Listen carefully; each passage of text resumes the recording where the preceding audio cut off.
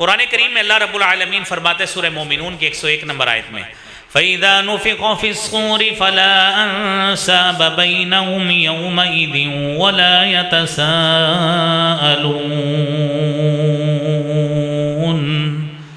جب سور پھونک دیا جائے گا قیامت قائم ہو جائے گی، فَلَا أَنْسَابَ بَيْنَهُمْ، کسی کا نسب کوئی کردار ادا نہیں کرے گا، آپس میں سوال نہیں کر سکیں گے، آپس میں ایک دوسرے سے کوئی تعلق نبھا نہیں سکے گا۔ تو نبی کریم صلی اللہ علیہ وآلہ وسلم نے فرمایا، حضرت عبداللہ ابن عباس رضی اللہ تعالی عنہما حدیث بیان کرتے ہیں، سلسلہ صحیحہ کی 2036 نمبر حدیث ہے، آپ نے فرمایا کل سبب ونسب منقطع یوم القیامہ الا سببی ونسبی، کہ کل قیامت کے دن ہر واسطہ اور نسبی تعلق ختم ہو جائے گا، الا سببی ونسبی، میرا واسطہ اور میرا تعلق قیامت کے روز قائم رہے گا۔ جناب محمد الرسول اللہ صلی اللہ علیہ وآلہ وسلم جس کی سفارش کریں گے وہی جنت میں جائے گا۔ اللہ رب العالمین سے دعا کریں اللہ ہمارا سببی بھی اور نسبی بھی تعلق اللہ کے رسول سے پیدا فرما، کل قیامت کے روز ہمیں بھی نبی کریم صلی اللہ علیہ وسلم وَنَعُوذُ بِاللَّهِ مِن شُرُورِ أَنفُسِنَا وَمِن سَيِّئَاتِ أَعْمَالِنَا مَن يَهْدِهِ اللَّهُ فَلَا مُضِلَّ لَهُ وَمَن يُضْلِلْ فَلَا هَادِيَ لَهُ وَأَشْهَدُ أَن لَّا إِلَٰهَ إِلَّا اللَّهُ وَحْدَهُ لَا شَرِيكَ لَهُ وَأَشْهَدُ أَنَّ مُحَمَّدًا عَبْدُهُ وَرَسُولُهُ يَا أَيُّهَا الَّذِينَ آمَنُوا اتَّقُوا اللَّهَ حَقَّ تُقَاتِهِ وَلَا تَمُوتُنَّ إِلَّا وَأَنْتُمْ مُسْلِمُونَ يَا أَيُّهَا النَّاسُ اتَّقُوا رَبَّكُمُ الَّذِي خَلَقَكُم مِّن نَّفْسٍ وَاحِدَةٍ وَخَلَقَ مِنْهَا زَوْجَهَا وَبَثَّ مِنْهُمَا رِجَالًا كَثِيرًا وَنِسَاءً وَاتَّقُوا اللَّهَ الَّذِي تَسَاءَلُونَ بِهِ وَالْأَرْحَامَ إِنَّ اللَّهَ كَانَ عَلَيْكُمْ رَقِيبًا يا أيها الذين آمنوا اتقوا الله وقولوا قولا سديدا يصلح لكم أعمالكم ويغفر لكم ذنوبكم ومن يطع الله ورسوله فقد فاز فوزا عظيما أعوذ بالله السميع العليم من الشيطان الرجيم بسم الله الرحمن الرحيم إنما يريد الله ليذهب عنكم الرجس أهل البيت وَيُطَهِّرَكُمْ تَطْهِيرًا صدق اللہ العظیم۔ حمد و ثنا، تعریف، حمد اور کبریائی اللہ رب العالمین کی ذات کے لیے، درود و سلام امام کائنات، امام المرسلین، شفیع المذنبین، رحمت للعالمین جناب محمد الرسول اللہ صلی اللہ علیہ وآلہ وسلم کی ذات اقدس پر۔ حضرات محترم، ہمارے آج کے جمعہ میں اہل بیت کے حوالے سے ہم گفتگو کریں گے۔ آیت کریمہ جو آپ نے سماعت فرمائی ہے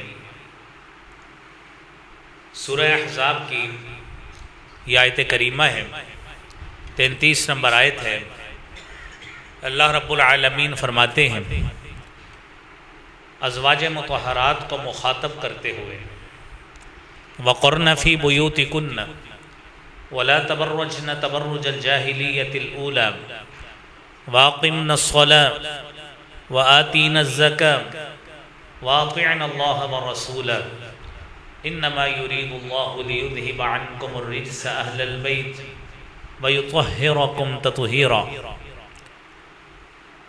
کہ اے نبی کی گھر والیوں، قرن فی بیوتکن، آپ اپنے گھروں میں ٹھہری رہے، ولا تبرجن تبرج الجاہلیت الاولی، اور جاہلیت کی طرح اپنی زیب و زینت کا اظہار لوگوں کے سامنے مت کرنا، گھروں میں ٹھہری رہنا۔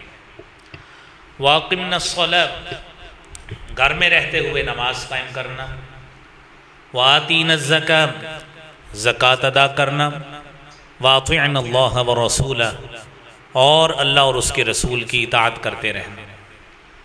یہ جو کام ہے یہ ایک مسلمان خاتون کے ہیں کہ اسے گھر میں رہ کر انہی چیزوں کو بجا لانا چاہیے اور انہی عوامل کی پاسداری کرنی چاہیے جو سورہ احزاب کی آیت میں اللہ رب العالمین نے ازواج النبی صلی اللہ علیہ وآلہ وسلم کو کہا ہے، اور فرمایا یہ گھروں میں ٹھہرانا آپ کو قید کرنا مقصد نہیں ہے، گھروں میں ٹھہرانا آپ کو گھر کے اندر ایک محدود کرنا مقصد نہیں ہے۔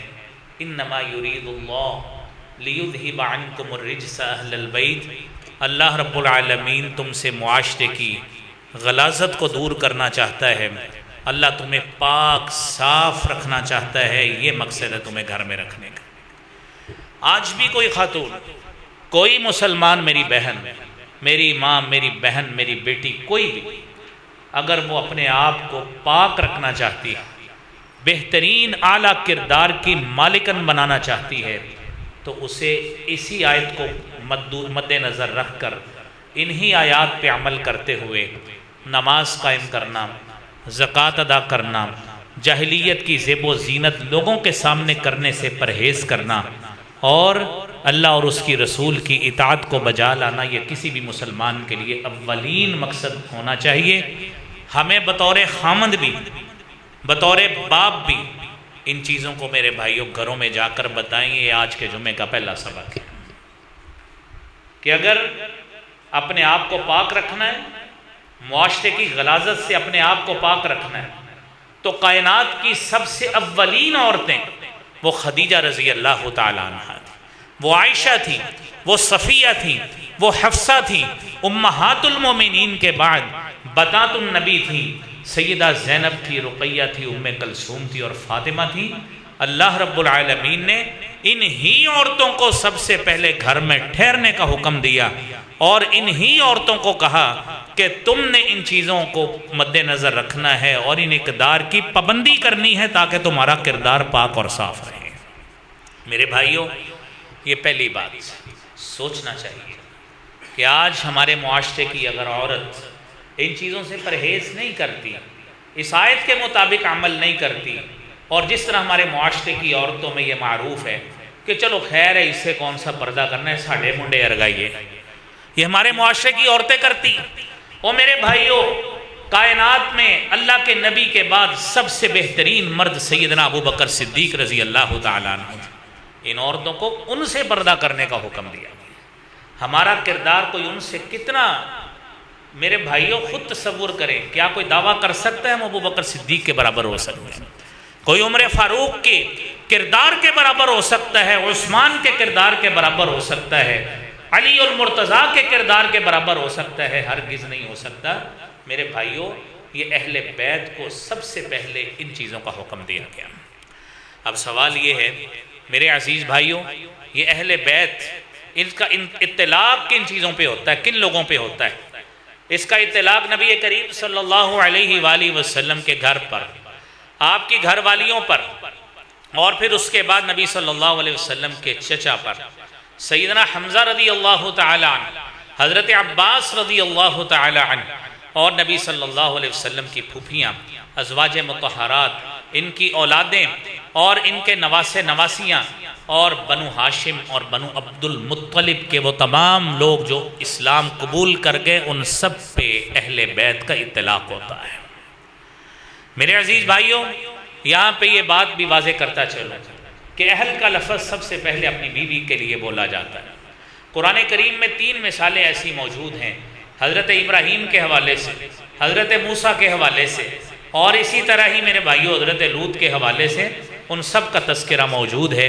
آپ ایک ایک کر کے مثال سنتے جائیے کہ جب حضرت موسیٰ علیہ السلام نکلے ہیں مدین سے، اور مدین سے نکلے 10 سال خدمت کر کے، تو راستے میں اللہ رب العالمین نے حضرت موسیٰ علیہ السلام کو نبوت عطا فرمائی، اور جب نبوت عطا فرمانے لگے، اس سے چند منٹ پہلے کا جو واقعہ ہے، اپنی بیوی کو کہتے ہیں اِذْ رَأَىٰ نَارًا فَقَالَ لِأَهْلِهِمْ كُثُوا إِنِّي آنَسْتُ نَارًا سَآتِيكُم مِّنْهَا بِقَبَسٍ أَوْ أَجِدُ عَلَى النَّارِ هُدًى۔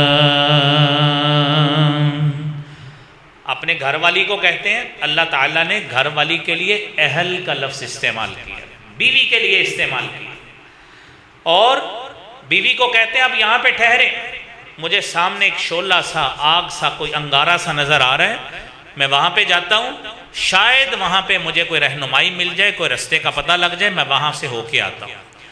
اور اسی طرح میرے بھائیوں، سیدنا ابراہیم علیہ السلام کو جب فرشتے آئے حضرت لوط علیہ السلام کی قوم کو تباہ کرنے کے لیے، اور پہلے ٹھہرے حضرت ابراہیم کے پاس، اور حضرت ابراہیم کو خوشخبری دی کہ اللہ تعالیٰ آپ کو اولاد عطا فرمائے گا، تو پاس بیوی کھڑی ہیں، حیران ہو کے کہہ رہی ہیں، قالت یا ویلتا آلد وانا عجوز وهذا بعلی شیخا ان هذا لشیء عجیب۔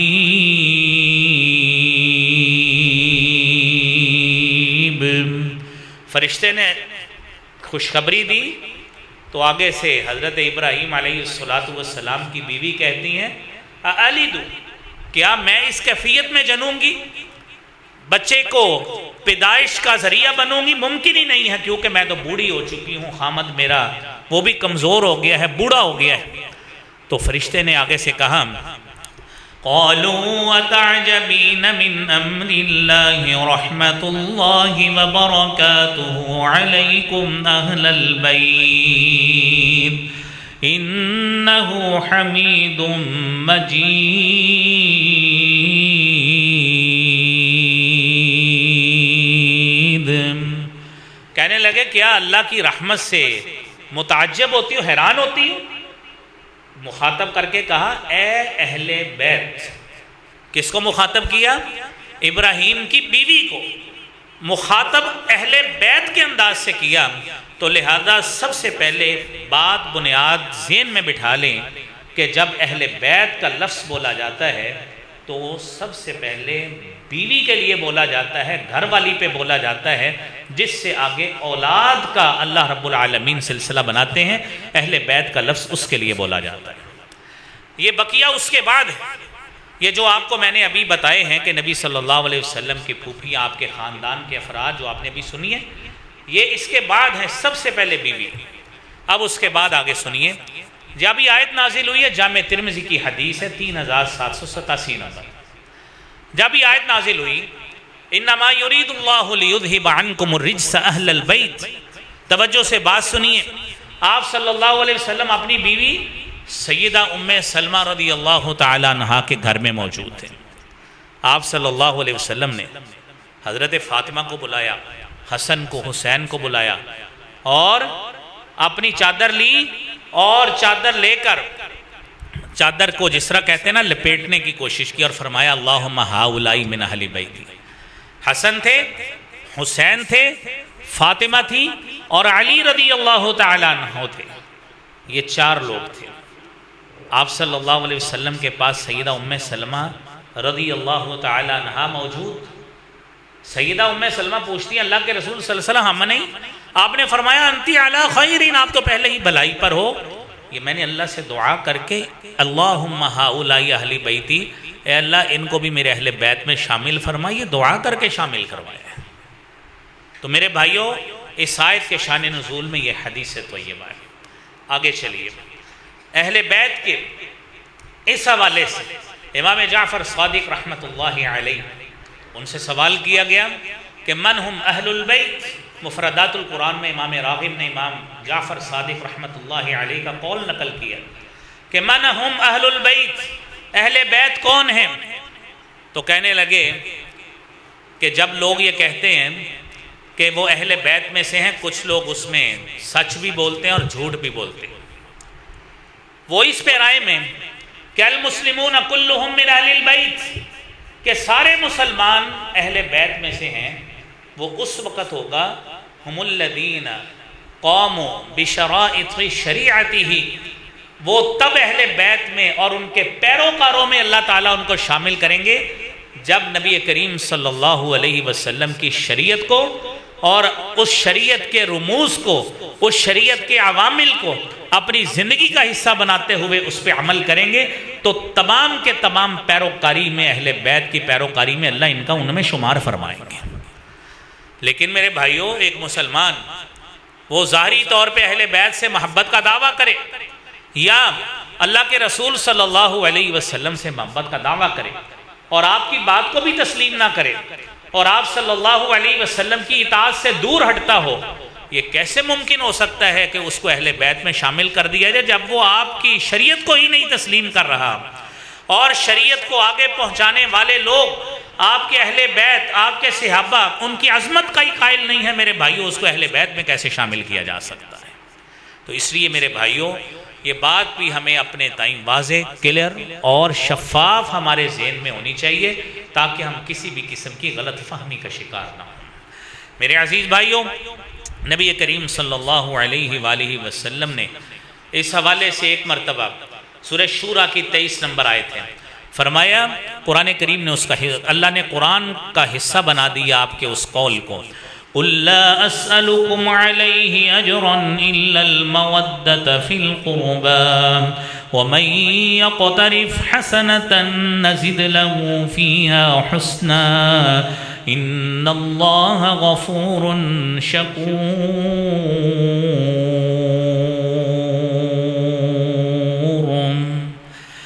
آپ صلی اللہ علیہ وسلم فرماتے ہیں، آپ تبلیغ کرتے دین کی، اہل قریش آپ پہ مظالم کرتے، آپ پہ جبر کرتے، ظلم کرتے، تنگ کرتے، آپ کا جینا دو بھر کر دیا۔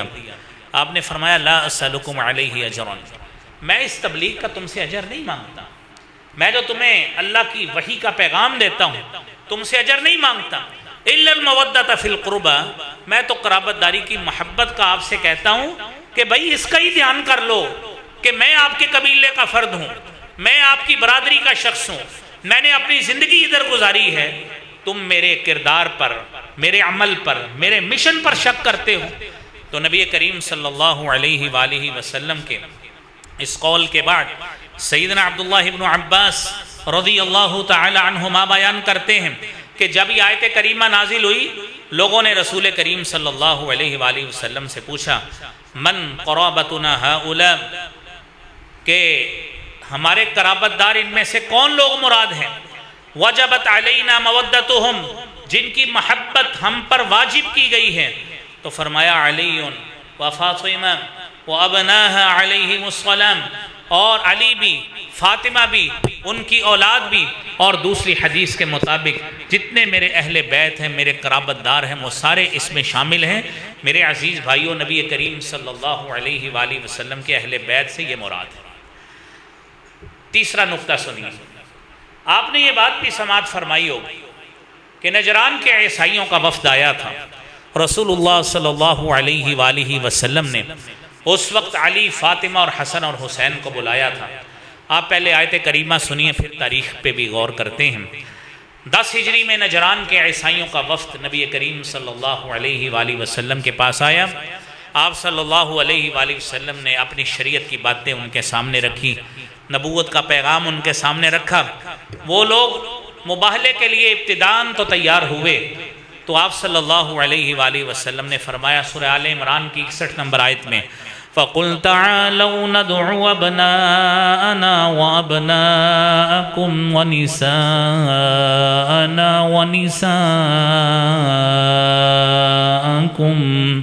وَأَنفُسَنَا وَأَنفُسَكُمْ ثُمَّ نَبْتَهِلْ فَنَجْعَلْ لَعْنَةَ اللَّهِ عَلَى الْكَاذِبِينَ۔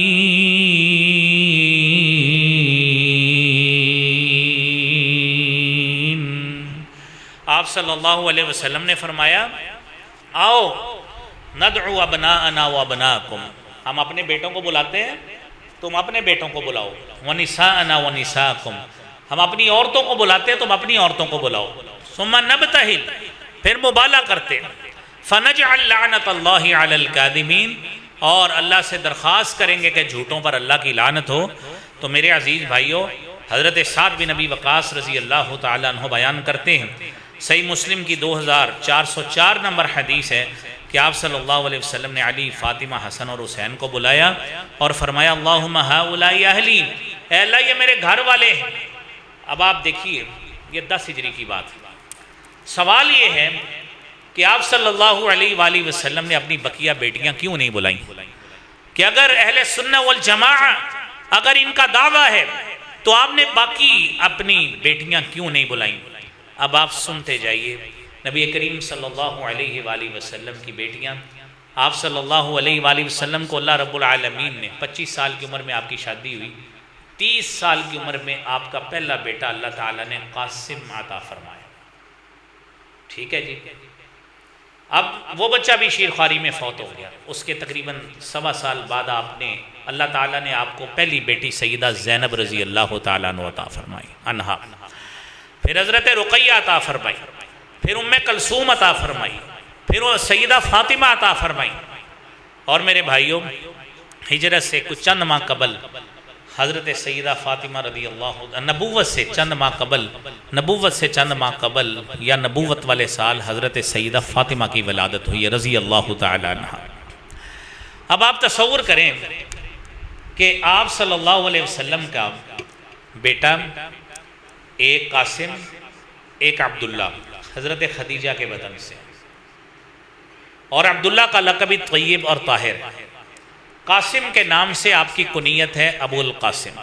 بچے شیر خواری کی عمر میں فوت ہو گئے. یہ توجہ سے باتیں سنیے گا تاکہ آپ خلط ملط نہ ہو جائیے، اس کا شکار نہ ہو جائیے. 4 بیٹیاں گاہے بگاہے عطا فرمائیں، اور تیسرا بیٹا اللہ تعالیٰ نے آپ کو حضرت سیدہ ماریہ قبطیہ رضی اللہ تعالیٰ عنہا کے بطن سے ابراہیم عطا فرمائے. وہ بچہ بھی شیر خواری کی عمر میں فوت ہو گیا. بیٹیاں رہ گئی 4.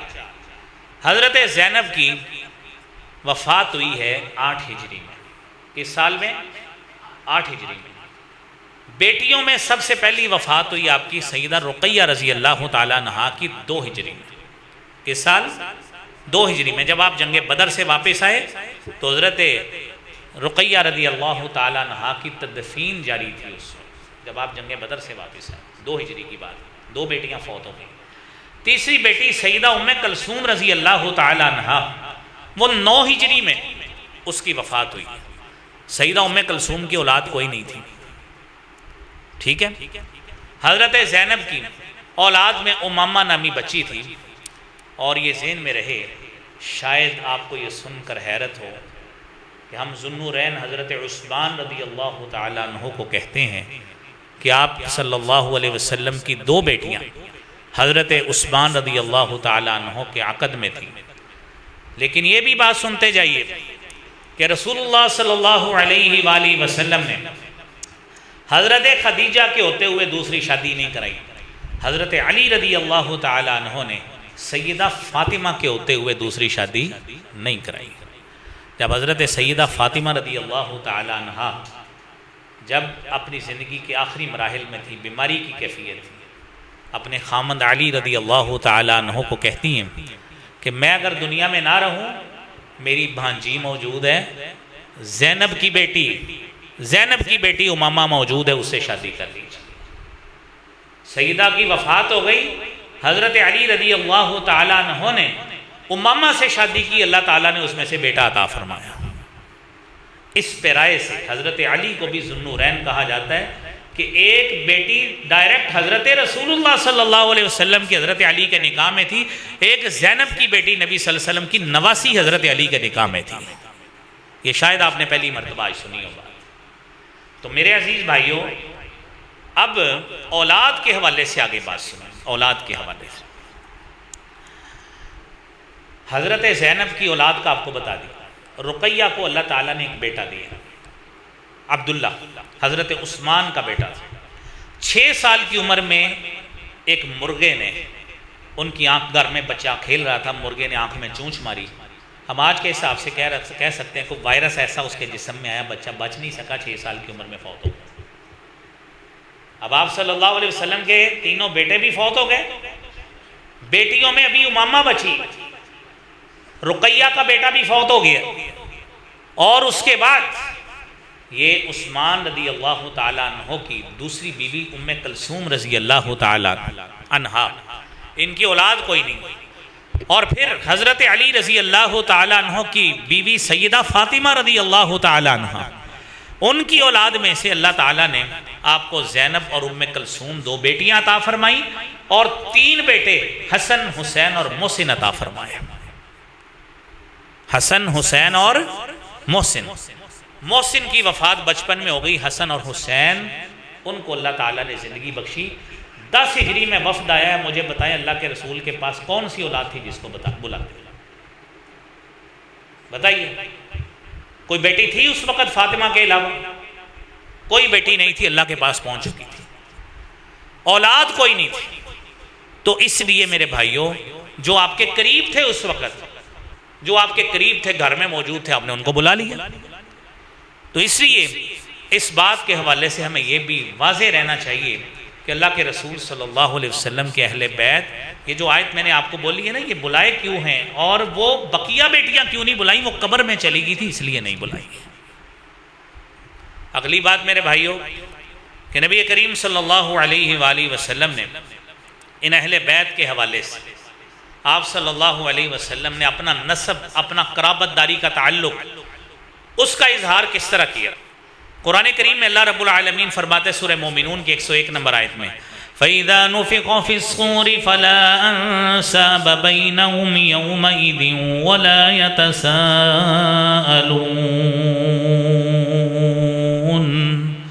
جب سور پھونک دیا جائے گا، قیامت قائم ہو جائے گی، فَلَا أَنْسَابَ بَيْنَهُمْ، کسی کا نسب کوئی کردار ادا نہیں کرے گا، آپس میں سوال نہیں کر سکیں گے، آپس میں ایک دوسرے سے کوئی تعلق نبھا نہیں سکے گا۔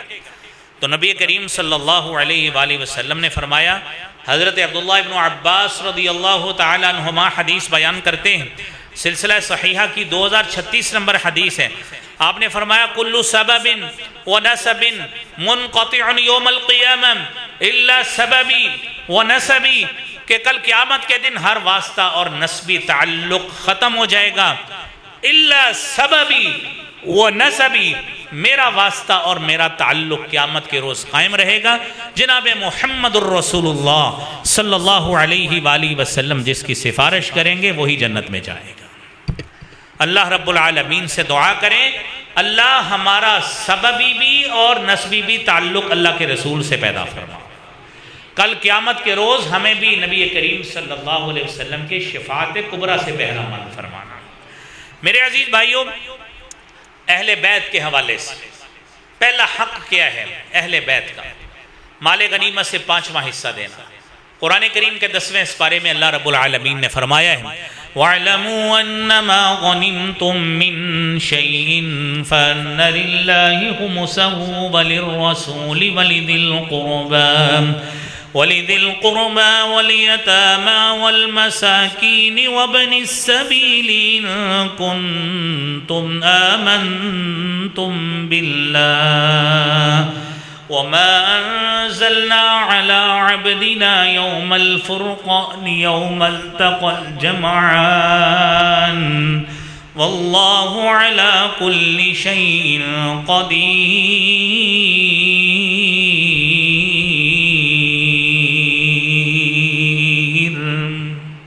میرے عزیز بھائیوں، ہمیں کہا گیا جان لو جو بھی مال غنیمت ملے، مال ہوتا ہے 2 قسم کا، جنگ کے بعد یا جنگ سے پہلے۔ اگر دشمن کے خلاف لڑائی ہوتی ہے، آپ جنگ جیت جاتے ہیں، تو مسلمانوں کو ملنے والا مال غنیمت ہوتا ہے۔ اگر جنگ نہیں ہوتی، دشمن آپ کو دیکھ کے بھاگ گیا ہے، رائے فرار اختیار کر گیا، مال چھوڑ گیا ہے، تو وہ حاصل ہونے والا مال مال فے ہوتا ہے۔ یہ 2 قسمیں۔ ہمارے جمعے میں انشاءاللہ ہم کوشش کرتے ہیں، کچھ باتیں ایسی ہوتی ہیں جو توجہ سے سنیں گے تو سمجھ آتی ہے، ورنہ سمجھ کوئی نہیں آتی۔ تو یہ مال کی 2 قسمیں۔ مال غنیمت تو ہم عمومی طور پہ اپنی زندگی میں بولتے ہیں نا، کوئی بندہ کوئی زیادہ چیز نہیں لگے، کہتے ہیں بھائی یہ مال غنیمت ہاتھ ہماری جا رہے ہیں، ہمیں کسی دکان پہ جائے، جا کے وہاں سے چیز کھانی شروع کر دی، یہ تو آداب کے ویسے ہی خلاف ہے، بغیر اجازت کے ہم اس کی چیز اٹھا کے کھائی جاتے ہیں۔ تو اگلا بندہ کہتا ہے بھائی نے مال غنیمت نہیں ہے جنہوں تسی کھائی جا رہے ہو۔ تو مال غنیمت وہ ہوتا ہے، تو اس کا جو 5واں حصہ ہے، فَأَنَّ لِلَّهِ خُمُسَهُ، اللہ کے لیے، اللہ کے رسول صلی اللہ علیہ وسلم کے لیے، آپ کے قریبی رشتہ داروں کے لیے، ٹھیک ہے، یتیموں کے لیے، مساکین کے لیے، ٹھیک۔ اب یہ حصے تقسیم قرآن کریم نے کر دی. اب آپ کو جو 5واں حصہ ملنا ہے نا، آپ صلی اللہ علیہ وسلم کی فیملی کو، خاندان کو، اہل بیت کی مناسبت سے، وہ میرے بھائیوں آپ کے اپنے درمیان، اہل بیت میں، آپ کی ازواج میں، آپ کی اولاد میں تقسیم وہی ہونا ہے. اور جو مال فے ہوتا ہے، خیبر کی زمینوں کا جو مال فے تھا، جس کا حوالے سے باغ فدق کی بات ہے، میں کوئی زیادہ تشریح اس حوالے سے کرنا نہیں چاہتا، وہ تفصیل طلب بات ہے. تو اللہ کے رسول صلی اللہ علیہ وسلم کے بعد سیدہ فاطمہ الزہرا رضی اللہ تعالیٰ عنہا نے سیدنا ابو بکر صدیق رضی اللہ تعالیٰ عنہ سے جب اس بات کی طلب کی کہ وہ باغ فدق کا مارا ہے، تو اللہ کے رسول حضرت ابو بکر صدیق رضی اللہ تعالیٰ عنہ نے یہی آیت پڑھی اور ساتھ وہ حدیث پڑھی کہ انا معشر الانبیاء، ہم جو انبیاء کی جماعت ہے نا، لا نرث ولا نورث، ہم نہ کسی کے مالی طور پہ وارث بنتے ہیں، نہ ہماری وراثت ہوتی ہے، جو بچ جاتا ہے وہ صدقہ ہوتا ہے. تو اللہ کے رسول صلی اللہ علیہ وسلم کے بعد فدق کی زمین کا جو حصہ تھا وہ اہل بیت کو اسی طرح تقسیم، حضرت عباس کے خاندان میں، حضرت حمزہ کا کوئی خاندان ہو اس میں، آپ کی ازواج مطہرات ہوں ان میں، آپ کے اہل بیت میں سے جو بیوی، جو بیٹی ہو اس کا، اس کی اولاد ہو اس کا، یہ سب کو وہ حصہ تقسیم ہوتا تھا. یہ لوگوں کے ذہن میں جو بات ہے نا، اللہ رحم فرمائے کہ ابو بکر صدیق رضی اللہ تعالیٰ عنہ نے ان کو حصہ نہیں دیا. یہی سلسلہ ابو بکر صدیق کے دور میں بھی، عمر فاروق کے دور میں بھی، عثمان کے دور میں بھی، اور علی المرتضیٰ رضی اللہ تعالیٰ عنہ کے دور میں بھی ویسے ہی رہا جو ابو بکر صدیق کے دور میں تھا. تو میرے عزیز بھائیوں، یہ بات واضح رہے کہ علی المرتضیٰ رضی اللہ تعالیٰ عنہ کے دور میں بھی فدق کا کیفیت وہی رہی جو ابو بکر صدیق کے دور میں تھی. لہذا زیادہ پر مارنے کی کسی کو ضرورت نہیں ہوتی کہ نعوذ باللہ حضرت ابو بکر صدیق پہ تان کرنے کے لیے ان کے ہاتھ میں کوئی حصہ آ جائے. انشاءاللہ ہم ہاتھ میں جانے نہیں دیں گے. میرے عزیز بھائیوں، نبی کریم صلی اللہ علیہ وآلہ وسلم، نبی کریم صلی اللہ علیہ وسلم نے اپنے اہل بیت کے حوالے سے، اپنے خان مادے کے حوالے سے مختلف شخصیات کا تذکرہ بھی کیا، اور احادیث طیبہ میں وہ فضیلت کے پہلو مختلف موجود ہیں. جامع ترمذی کی حدیث ہے اور اسی طرح صحیح بخاری کی حدیث ہے. آپ صلی اللہ علیہ وسلم نے حسن کو، آپ نے حضرت حسن رضی اللہ تعالیٰ عنہ کو ایک دن پکڑا اور فرمایا اللہم انی احبہ، اے اللہ میں اس سے محبت کرتا ہوں، فاحبہ، اللہ تو بھی اس سے محبت کر. حضرت براء بن عازب، یہ میرے بھائیوں یہ اہل بیت میں سے نہیں ہے، اور وہ لوگ جو اہل بیت اور صحابہ کا لفظ الگ بول کر کہتے ہیں کہ نہیں نہیں نہیں نہیں، اہل بیت کے اکیلے کی فضیلت بیان کریں. اہل بیت کی فضیلت کو بیان کرنے کے لیے اللہ کے نبی کے صحابی موجود ہیں، اور صحابہ کی فضیلت بیان کرنے میں حضرت علی نے ابو بکر صدیق کی فضیلت بیان کی، عمر فاروق کی فضیلت بیان کی. حضرت براء بن عازب فرماتے ہیں آپ صلی اللہ علیہ وآلہ وسلم نے حسن اور حسین دونوں کو پکڑا اور فرمایا ہما ریحانتایا فی الدنیا، یہ دونوں دنیا میں میرے پھول ہیں. اللہم انی احبہما، اے اللہ میں ان دونوں سے محبت کرتا ہوں. فاحبہما، اللہ تو بھی ان سے محبت کر. محبت حسن و حسین، اللہ کے رسول صلی اللہ علیہ وسلم نے جو شخص ان سے محبت کرتا ہے فرمایا اللہ تو بھی ان سے محبت کر. اور میرے عزیز بھائیوں، جامع ترمذی کی جو حدیث ہے اکثر آپ نے علماء سے سنی کہ حضرت جبریل علیہ السلام فرماتے ہیں کہ آج ایک فرشتہ ہے جو اس سے پہلے کبھی نہیں آیا. اللہ رب العالمین نے اس کو سلام دے کے آپ صلی اللہ علیہ وسلم کے پاس بھیجا اور کہا جاؤ جا کر پیغام دو. کیا پیغام؟ دو پیغام کہ ان الحسن والحسین سیدہ شباب اہل الجنہ، کہ حسن و حسین جنتی نوجوانوں کے سردار ہوں گے. وَأَنَّ فاطمة سیدۃ نساء اہل الجنہ، اور فاطمہ رضی اللہ تعالی عنہا جنتی عورتوں کی سردار ہوں. میرے عزیز بھائیوں، اس سے بڑھ کر کون سی فضیلت ہو سکتی ہے جنت میں سرداری میں؟ کوئی اہل سنت، کوئی مسلمان اس چیز کی تفرید کا قائل نہیں ہے، نہ کمی کا قائل ہے. ہر مسلمان اس فضیلت کو تسلیم کرتا ہے. حضرت علی رضی اللہ تعالیٰ عنہ بیان کرتے ہیں کہ میری وجہ سے دو طرح کے لوگ جہنم میں داخل ہوں گے، میری وجہ سے. اور پہلا وہ شخص جو غلو کے لحاظ سے مجھ سے اتنی محبت کرتا ہے کہ مجھے پتہ نہیں کیا کیا بنا دیتا ہے، رب کے ساتھ لے جاتا ہے، نبی کے برابر کر جاتا ہے، پتہ نہیں کیا لے جاتا ہے.